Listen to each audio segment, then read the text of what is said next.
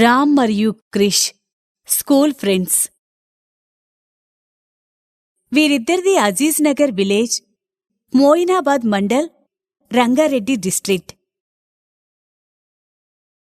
Ram NALSAR law కాలేజ్లో law పూర్తి చేసి అమర్చంద్ మంగల్దాస్ లా ఫర్మ్లో లీగల్ కన్సల్టెంట్గా వర్క్ చేస్తున్నాడు. క్రిష్ సాధారణ లా కాలేజీలో లా పూర్తి చేసి చేవెళ్ల జూనియర్ సివిల్ జడ్జ్ కోర్టులో లాయర్గా ప్రాక్టీస్ చేస్తున్నాడు. క్రిష్ తన చెల్లి పెళ్లి డేట్ 20-10-2011 నాడు ఉండటం వలన తన ఫ్రెండ్ రామ్ని ₹1,00,000 అడిగాడు. వెనువెంటనే రామ్ SBH అజీజ్ నగర్ వద్ద 1-10-2011 నాడు క్యాష్ డ్రా చేసి బ్యాంకు దగ్గరే అమౌంట్ ఇచ్చాడు. క్రిష్ పక్కనే ఉన్న స్టేషనరీ షాప్లో ప్రోనోట్ కొని రామ్ వద్ద 1,00,000 తీసుకున్నట్లుగా ప్రోనోట్ రాసిచ్చాడు. 2 సంవత్సరాలు గడిచిన తరువాత క్రిష్ వకాలత్తులో బాగా మనీ సంపాదించాడు. కాని రామ్ పనిలోగాని ఆదాయంలోగాని మార్పులేదు, ఒక్క అవసరాలలో తప్ప. ఆ సమయంలో రామ్ తండ్రి అనారోగ్యం చెందడంతో రామ్ తన ₹1,00,000 ఇమ్మని కోరాడు. తరువాత ఇస్తాను అని దాటవేశాడు క్రిష్. ఎన్నిసార్లు అడిగినా ఆ తరువాత అదే సమాధానం. రామ్ చివరిగా గ్రామ సర్పంచ్ రాజేంద్ర సహాయంతో పంచాయతీ పెట్టించిన ఉపయోగం లేకుండా పోయింది. తప్పని పరిస్థితిలో రామ్ లాయర్ నోటీస్ ఇచ్చాడు.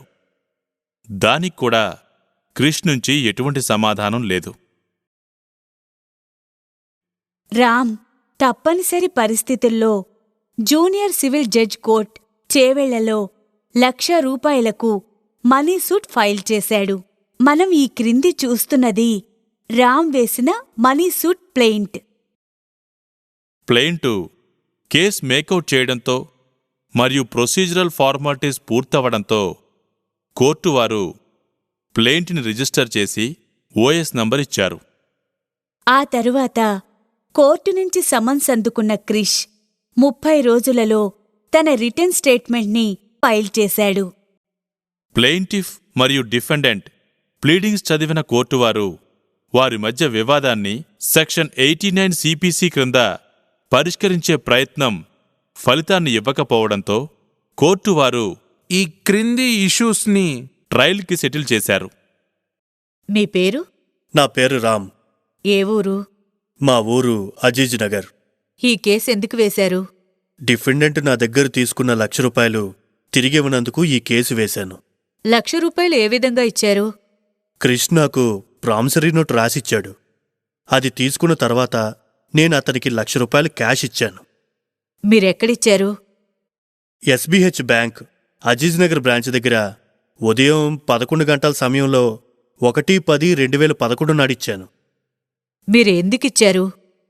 డిఫెండెంట్ యొక్క సిస్టర్ పెళ్లి 20-10-2011 నాడు ఉందని నాకు తెలియజేశాడు. అంతేకాకుండా తన కుటుంబం అవసరాల నిమిత్తం ఇచ్చాను. మీకు డిఫెండెంట్ ఎలా తెలుసు? మేమిద్దరం స్కూల్ ఫ్రెండ్స్వి, అలాగే కాలేజ్ ఫ్రెండ్స్ కూడా. అంతేకాకుండా ఒకే ఊరు కూడా. మీరు డబ్బిచ్చినప్పుడు ఎవరున్నారు? ఉన్నారు.